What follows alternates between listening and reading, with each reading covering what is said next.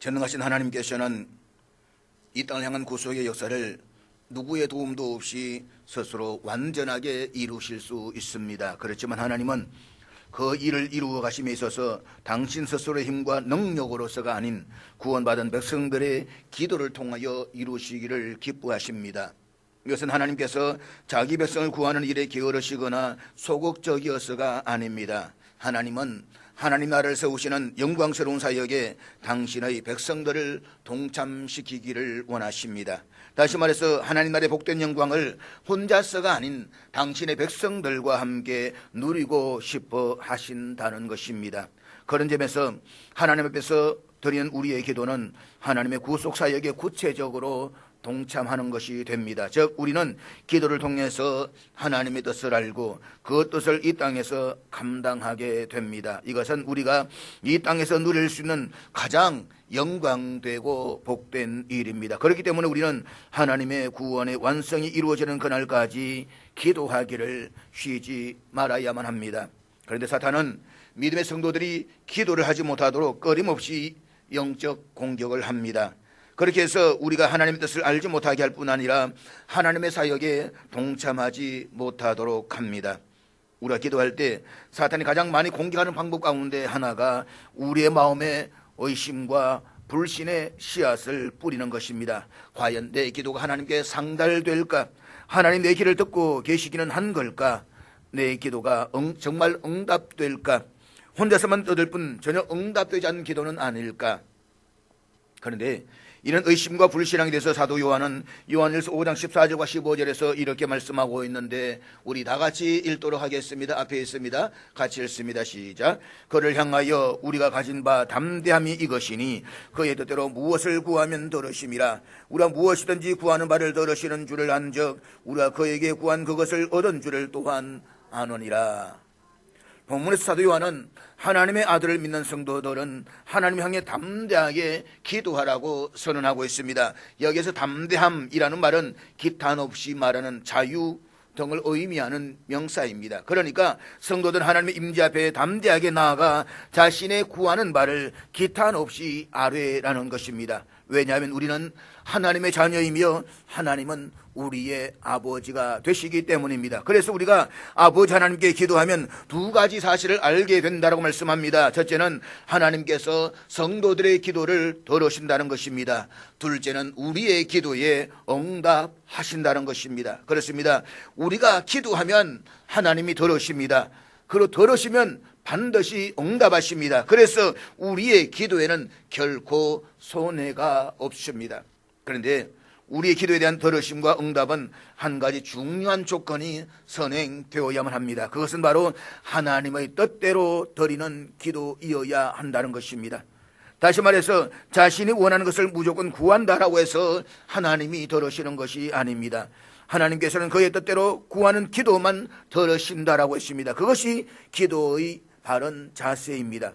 저 기도는 하나님과의 교제를 통해서 하나님의 뜻을 발견하고 알아가는 것입니다. 때문에 기도는 자신의 뜻을 관철시키는 것이 아니라 자신의 뜻을 하나님의 뜻에 일치시키는 것입니다. 우리가 기도하는 것도 하나님 뜻에 우리 자신을 맞추기 위함에 있습니다. 그러므로 우리는 자신의 고집과 주장을 관철시키려는 마음을 내려놓아야만 합니다.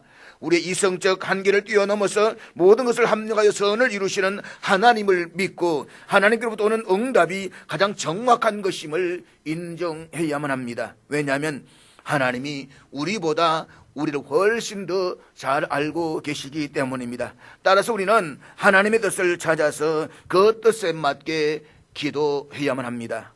그러므로 우리는 자신의 원함과 소원에 집착하지 말고 하나님의 뜻을 분별하는 기도를 드려야만 합니다.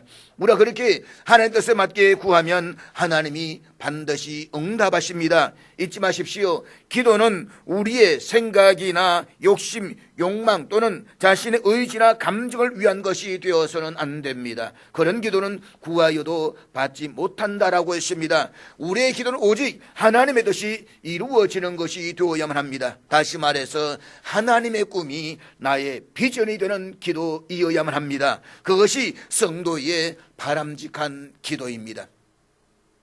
그런데 기도에서 참으로 중요한 것은 누가 기도하느냐라고 하는 것입니다. 이것은 하나님과의 바른 관계를 말하는 것입니다. 믿음이 없는 자, 하나님의 자녀가 아닌 사람의 기도는 아무리 그럴듯해도 응답될 수가 없습니다. 하나님 앞에서 드리는 기도는 오직 하나님의 자녀들만이 드릴 수 있는 특권입니다. 그럼 우리는 하나님께서 자녀된 우리들이 허락하신 기도를 멈추어서는 안 됩니다. 성령 인물들뿐만 아니라 교회사에서 쓰임받았던 사람들은 기도하기를 결코 쉬지 않았던 사람들이었습니다. 하나님은 기도하는 자를 통해서 당신의 일을 이루어 가십니다. 다시 말해서 하나님은 당신의 뜻에 맞게 기도하는 기도의 동력자를 찾고 계십니다. 그리고 그를 통해서 일을 이루어 가십니다. 그런데 이 말은 하나님이 그들의 동력 없이는 당신의 일을 할 수 없는 분이라는 뜻이 절대로 아닙니다. 하나님이 능력이 없으셔서 기도하는 사람을 필요로 하시는 것도 아닙니다. 모든 역사는 전적으로 하나님의 주권과 능력에 속한 일입니다. 천지를 창조하신 하나님께서는 당신 스스로 얼마든지 역사를 이루어 가실 수 있는 분이십니다. 그럼에 불구하고 하나님은 구원받은 성도들의 기도를 통해서 역사를 이루어 가기를 기뻐하십니다. 그것은 자기 백성들을 인류를 구원하는 영광스러운 사역에 동참시킴으로써 구원의 영광을 그의 백성들과 함께 누리기를 원하시기 때문입니다. 뿐만 아니라 믿음의 백성들의 영적 성장과 그들의 삶의 축복을 위해서이기도 합니다. 그러므로 우리 모두는 하나님께 새 예루살렘을 완성하시는 그날까지 이 땅을 향한 하나님의 구원의 역사가 온전히 이루어지도록 쉬지 말고 기도해야만 합니다. 그래서 하나님의 복된 사역, 은혜로운 사역에 동력하는 축복의 역사에 주역으로 든든히 일어서기를 주의 이름으로 축복합니다. 사랑하는 여러분, 하나님은 기도하는 동력자를 찾고 계십니다. 그리고 우리들로부터 기도의 동의를 받고 싶어 하십니다. 우리가 요청하면, 그래서 우리가 동의하면 하나님이 우리를 통해서 일하시겠다는 것입니다. 이것이 바로 하나님이 역사하시는 원리입니다.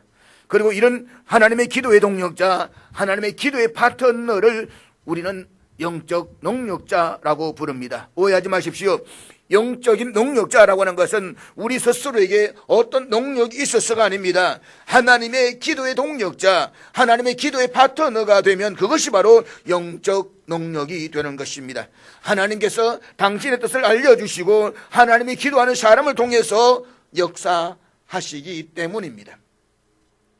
성경에는 하나님의 뜻을 구하는 기도를 드림으로써 하나님의 역사에 동참했던 진정한 영적 능력자들이 많이 있습니다. 그들 가운데 한 사람이 바로 오늘 본문에 나오는 드보라입니다. 오늘 보면 4절에서 드보라에 대해서 이렇게 소개하고 있는데 다 같이 읽도록 하겠습니다. 그때에 라피도스의 아내 여선지자 드보라가 이스라엘의 사사가 되었는데, 본문은 드보라를 가리켜 그녀가 라피도스의 아내라고만 간단하게 소개하고 있습니다. 당시 이스라엘 시대의 상황에서 여자가 선지자로서 이스라엘의 사사가 된다라고 하는 것은 매우 이례적인 일이었습니다. 그 당시에 여자는 사회적인 약자였습니다. 물리적인 힘이 없고 그러다 보니 경제적으로도 도움이 되지 않아서 여자들은 남자들에게 종속되어 있었습니다. 특별히 당시 여자들은 평생 세 남자에게 종속되어 살아야만 했습니다. 어릴 때는 아버지에게, 결혼하면 남편에게, 그리고 남편이 죽고 나면 아들에게 종속되어 살아야만 했습니다. 그러다가 집안에 남자가 없으면 나무의 밭에 가서 이삭을 주우며 하루하루를 연명해야만 했습니다. 땅과 같은 자기의 소유가 없었기 때문에 경제적으로 굉장히 약자일 수밖에 없었습니다. 나아가 당시 여인들은 교육을 받지를 못해서 지적인 부분에서도 약자였습니다. 그에 반해서 사사는 여호수아가 죽은 이후로부터 이스라엘의 초대 왕이었던 사울이 즉위하기까지 약 350년간 이스라엘의 군사적, 사법적 지도자였습니다. 종교와 정치 권력이 분리되지 않았던 당시의 사사는 기름 부음을 받은 왕과 제사장과 선지자의 3권을 다 가진 실질적인 권력자였습니다. 한마디로 사사는 사회에서 권력뿐만 아니라 영적인 능력도 갖춘 존경받는 지도자였습니다. 이런 사회적 구조에서 여자가 그 나라를 다스린 사사가 되었다라고 하는 것은 파격적인 일이 아닐 수가 없습니다. 무엇보다 당시 이스라엘을 20년 동안 압제하고 있었던 핫솔 왕 야빈은 철병거 900성을 보유하고 있었습니다. 여기서 철병거란 당시에는 최고로 강력한 병기로서 오늘의 중무장한 탱커점에 해당한다라고 말할 수가 있습니다. 그에 비해서 더보라는 그야말로 평범한 한 남편의 아내였습니다. 오늘 본문은 랍비도스의 아내 여선지자 더보라라고만 소개하고 있습니다. 랍비도시라는 단어도 성경 전체에서 오늘 본문에 딱 한 번만 소개하고 있습니다. 때문에 이 랍비도시 사람의 이름인지 아니면 지명을 가리키는 것인지에 대해서도 명확하지가 않습니다. 이런 사실은 남편도 더보라 자신도 지극히 평범한 이름 없는 사람이었다는 것입니다. 그리고 하나님은 이처럼 이름도 없는 나약하기 거지없는 한 남편의 아내인 더보라를 사사로 세우셨습니다. 어떻게 그럴 수가 있었을까요? 그 비밀은 바로 기도에 있습니다. 더보라는 하나님 뜻대로 기도하면서 하나님의 말씀을 증거하는, 그래서 하나님의 동력자가 되었던 사람이었습니다. 그래서 성경은 더보라를 소개할 때에 그녀의 이름 앞에 여선지자라는 수식어를 붙이고 있습니다. 특별히 본문 5절은 더보라가 어떻게 사사가 되었는지를 추측할 수 있게 합니다. 5절을 다 같이 보도록 하겠습니다. 우리 5절 다 같이 읽겠습니다. 시작. 그는 에브라임 산지 라마와 베델 사이 더보라의 종려나무 아래에 거주하였고 이스라엘 자손은 그에게 나아가 재판을 받더라.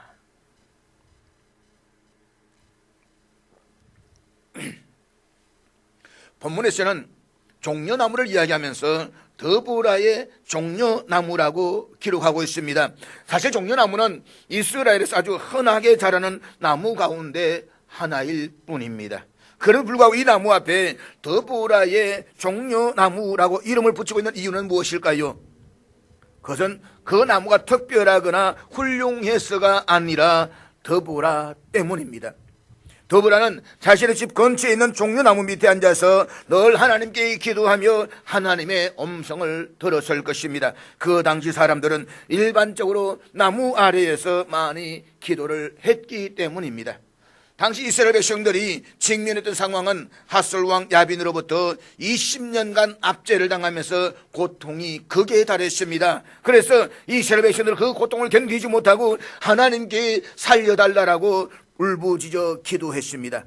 아마 더보라도 이스라엘 백성들처럼 자신이 당하는 고통을 놓고 기도했을 것입니다. 그러다 그녀는 이스라엘 백성들이 당하는 고통의 원인이 그들의 범죄 때문이라는 사실을 깨달았을 것입니다. 이 사실을 깨닫는 순간 그녀는 이스라엘 백성들을 향한 하나님의 뜻이 무엇인가를 놓고 기도하는 가운데 하나님의 영이 그에게 임하시고 하나님의 동력자가 된 것입니다. 그리하여서 더보라는 이스라엘 백성들의 고통받는 삶을 보면서 그들이 당하는 고통의 원인이 그들의 죄악 때문이라는 하나님의 뜻과 그들을 향한 하나님의 마음을 전달했을 것입니다. 그리고 그들의 삶의 문제를 하나님의 말씀으로 해결해 주었을 것입니다. 사람들은 이를 통해서 하나님의 말씀과 뜻을 분별하게 되면서 더보라를 중심으로 하나 둘 모이기 시작했을 것입니다. 그러면서 그 종려나무 아래에서 그들 가운데 아름다운 영적인 역사들이 일어나기 시작했을 것입니다. 더보라의 종려나무 아래에서의 영적 대부흥 운동 말입니다. 기도하는 더보라에게 이만 하나님의 은혜 때문에 하나님께 기도하면서 가졌던 영성 때문에 그녀가 이스라엘의 사사로 세움을 받을 수가 있었다는 것입니다. 그렇다면 더보라가 드렸던 기도의 특징은 무엇일까요? 그리고 우리 시대를 향한 하나님 아버지의 꿈이 나의 비전이 되기 위해서 우리는 어떤 기도를 드려야 될까요? 첫째로 그동안 해왔던 기도와는 다른 방향 전환이 일어나야만 합니다. 다시 말해서 나 자신의 필요를 구하는 기도에서 하나님의 뜻을 깨닫는 것으로 방향을 전환해야만 합니다. 사실 그동안 대부분 우리의 기도는 자신의 어떤 필요를 구하는 것이었습니다. 그래서 하나님께 드린 우리의 기도는 마치 하나의 청구서와 같았습니다. 우리들은 기도는 언제나 우리의 필요한 것을 요청하는 기도였습니다. 그런데 더불어는 자신의 필요가 아닌 하나님의 뜻과 필요를 구했습니다. 우리의 기도도 그렇게 방향 전환이 일어나야만 합니다. 오늘 본문 5절을 보면 이스라엘 자손은 그에게 나아가 재판을 받더라라고 말씀하고 있습니다. 본문에서 유추해 볼 수 있는 것은 이스라엘 백성들이 자신들의 문제를 가지고 더불어에게 나왔을 때에 그녀는 살해 사욕 없이 하나님의 뜻에 따라서 공평하게 판결했다는 의미이기도 합니다. 그렇지 않다면 사람들이 더불어에게 나아가지 않았을 것입니다. 그렇다면 더불어는 이스라엘 백성들이 그들의 사건을 가지고 자신에게 나올 때에 그 판결의 근거를 어디에서 구했을까요? 아마 그녀는 하나님께 기도했을 것입니다. 이것은 구약 성경에 많은 하나님의 사람들이 추구했던 삶의 방식이었습니다. 그들은 국가적으로나 사회적으로 어려운 문제가 있을 때마다 그것을 가지고 하나님 앞에 나아가 기도했습니다. 그리고 하나님의 뜻을 받아서 백성들에게 선포했습니다. 그것이 자신의 생명을 위협한다라고 할지라도 말입니다. 더불어 살았던 시대 이스라엘 백성들은 하나님을 알지 못하고 자기 소견에 좋을 대로 살았던 사람들이었습니다. 때문에 그들은 하나님의 징계를 받고 이방 민족들로부터 억압을 당해야만 했습니다. 어쩌면 더불어는 집 근처에 있는 종려나무 밑에서 자신의 문제를 놓고 기도하기 시작했을 것입니다. 그러나 어느 순간부터인가 자신의 문제가 아닌 타락한 이스라엘 백성들의 문제가 눈에 들어오기 시작했을 것입니다. 사실 이스라엘 백성들을 향한 하나님의 마음은 평안이지 결코 재앙이 아닙니다. 하나님 그들에게 제사장 나라로서 밝은 미래를 열어주시기 위해서 가나안으로 이끄셨습니다. 그들을 통해 세상 만민을 구원하시기 위해서 그들을 애굽 땅에서 구출하셔서 가나안 땅으로 이끄셨습니다. 그런데 그들은 하나님의 뜻을 거역하고 자기 멋대로 우상을 섬기면서 범죄했습니다. 그들은 자신들을 향한 하나님의 꿈을 철저하게 외면했습니다. 그러므로 이스라엘 백성들이 지금 당하는 고통은 자신들의 악행에 대한 하나님의 심판이었습니다. 이 고통을 해결하는 길은 그들이 하나님의 뜻을 깨닫고 돌아서는 데 있습니다. 더불어 기도하는 가운데 하나님의 꿈을 자신의 비전으로 삼았습니다. 그래서 그는 이스라엘 백성들에게 하나님의 뜻을 전했고 그들은 하나님의 뜻에 순종하기 시작했습니다. 한마디로 더불어는 처음에 자신의 문제만 놓고 기도했지만 이후에 하나님의 뜻을 알아가는 것으로 기도의 방향 전환이 일어났다는 것입니다. 그렇습니다.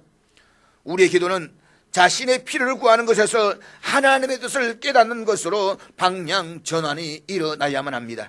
그래서 우리를 향한 하나님의 꿈이 나의 비전이 되어야만 합니다. 이것이 성숙한 성도들의 바른 기도인 것입니다. 그런데 하나님의 뜻을 구하는 기도를 드리기 위해서는 무엇보다도 먼저 듣는 기도를 잘 해야만 합니다. 많은 사람들이 하나님 앞에 나가 기도를 합니다. 그러나 그 기도는 대부분 자신의 필요를 놓고 하나님 앞에 일방적으로 말하는 기도입니다. 그렇지만 진짜 기도는 하나님께 혼자 말하는 기도로 끝나서는 안 됩니다. 정말 위대한 기도는 말하는 기도가 아니라 듣는 기도입니다.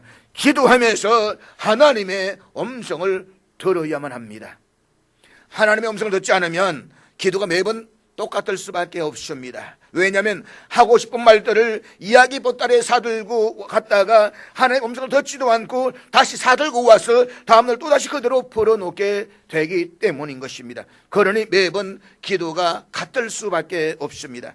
그러면 이제 우리는 매번 이 기도에서 벗어나서 말하는 기도에서 듣는 기도회로 방향을 전환해야만 합니다.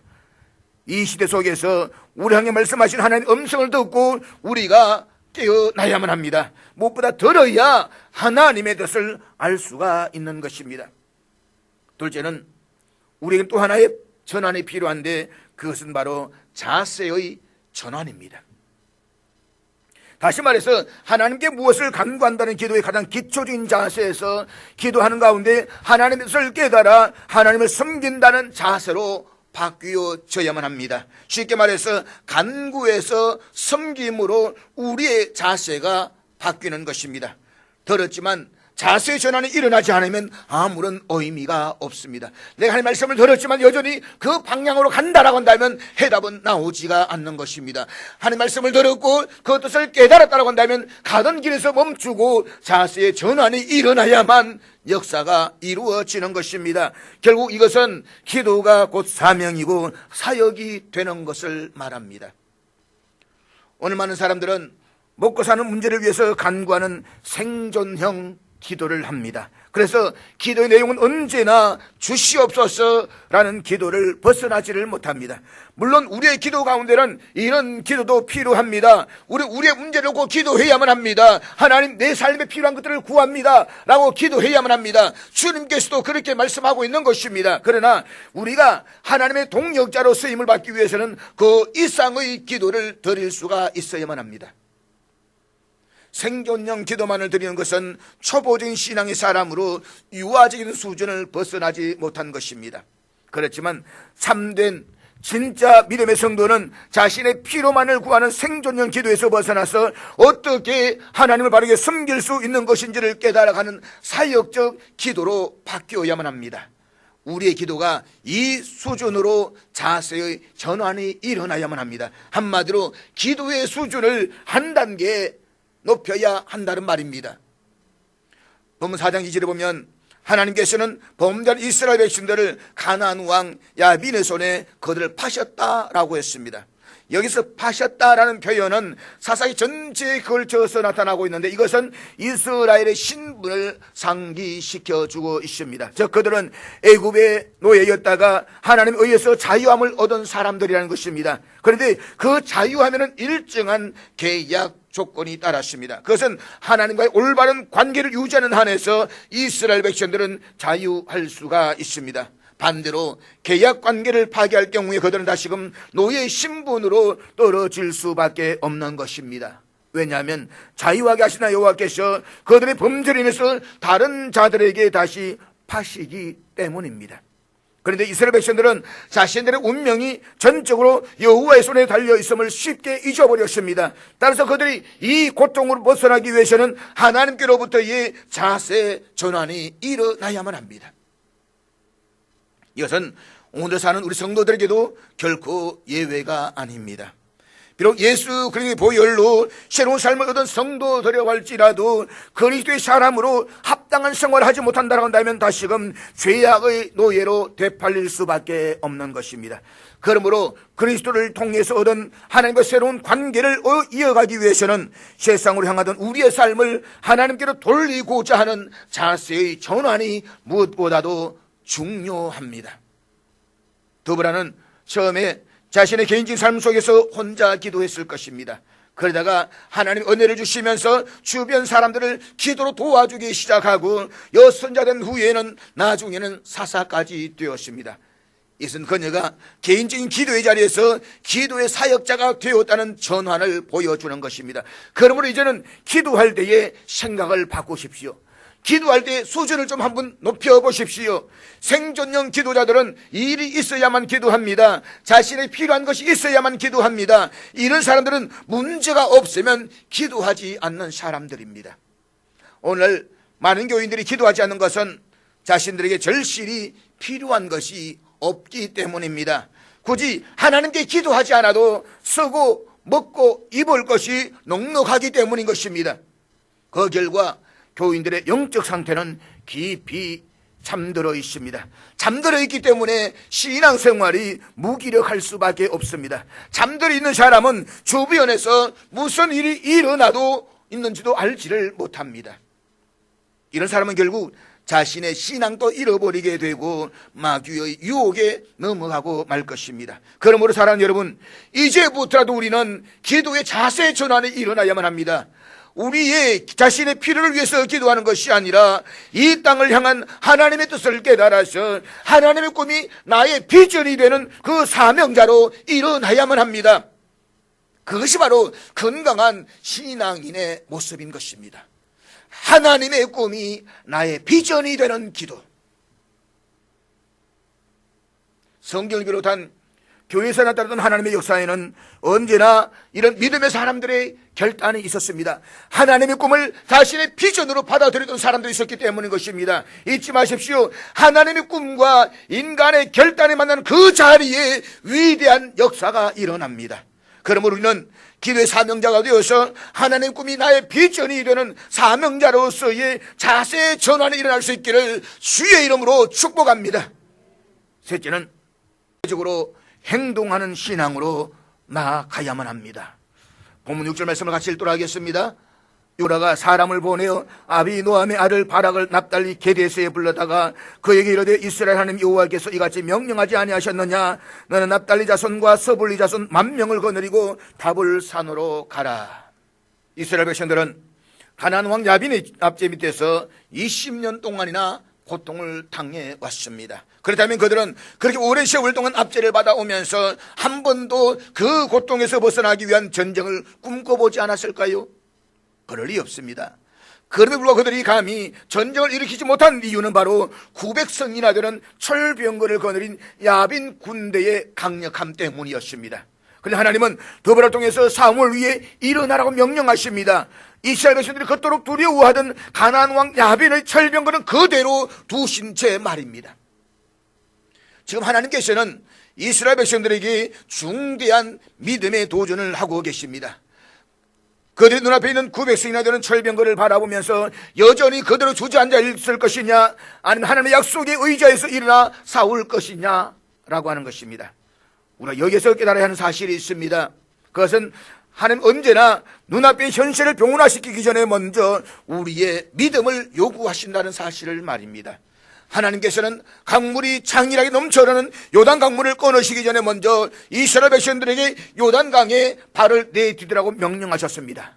그리고 그들이 믿음으로 요단강에 발을 내딛는 순간 물이 갈라졌습니다. 이처럼 하나님은 언제나 눈앞의 현실과 보이지 않는 하나님의 약속을 우리 앞에 두시고 우리가 믿음의 결단을 내리기를 원하고 계십니다. 사랑하는 여러분, 자신의 필요를 구하는 것에서 하나님의 뜻을 깨닫는 것으로 기도의 전환이 일어나십니까?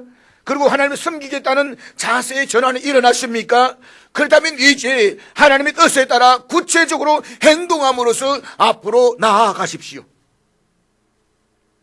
눈앞 현실이 여전히 어렵게 보인다라고 할지라도 우리를 향한 하나님의 꿈을 품고 담대하게 앞으로 나아가십시오. 우리가 분명히 기억해야 할 사실이 있습니다. 그것은 이적이 있기 때문에 믿는 것이 아니라 믿고 나아갔기 때문에 이적이 일어난다는 사실을 말입니다. 그것이 바로 더보라의 기도가 우리에게 주는 교훈입니다.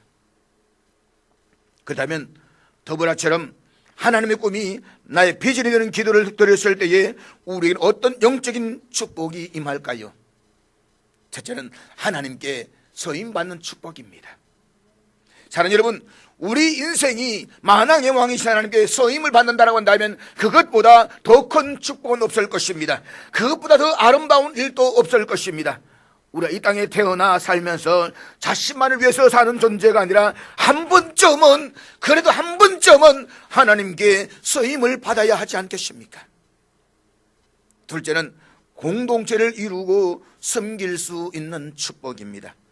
더불어가 기도했더니 주변에 사람들이 모이기 시작했습니다. 그렇습니다. 기도하는 사람 주변에는 사람들이 모입니다. 하나님께서 사람들을 붙여주십니다. 그렇기 때문에 기도하는 사람이 진정한 공동체를 이룰 수가 있습니다. 초대교회가 마가의 다락방에서 기도하는 가운데 탄생했다는 것은 결코 우연이 아닙니다.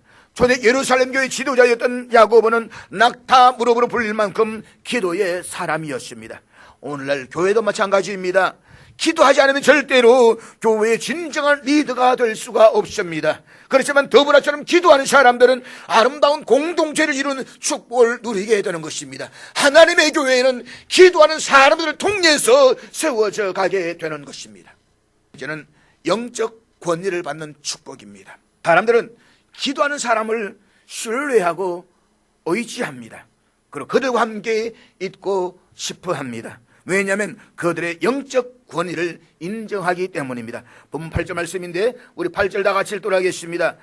그에게 이르되 만일 당신이 나와 함께 가면 내가 가려니와 만일 당신이 나와 함께 가지 아니하면 나도 가지 아니하겠노라 하니, 하나님께서는 더브라를 통해 바락으로 하여금 1만 명의 군사를 거느리고 야빈의 군대와 맞서 싸우라고 말씀을 하십니다. 그러면서 전쟁에서 반드시 승리하게 해주시겠다라고 약속하십니다. 그럼에도 불구하고 바락은 더보라가 함께 가지 않으면 자신도 가지 않겠다라고 말합니다.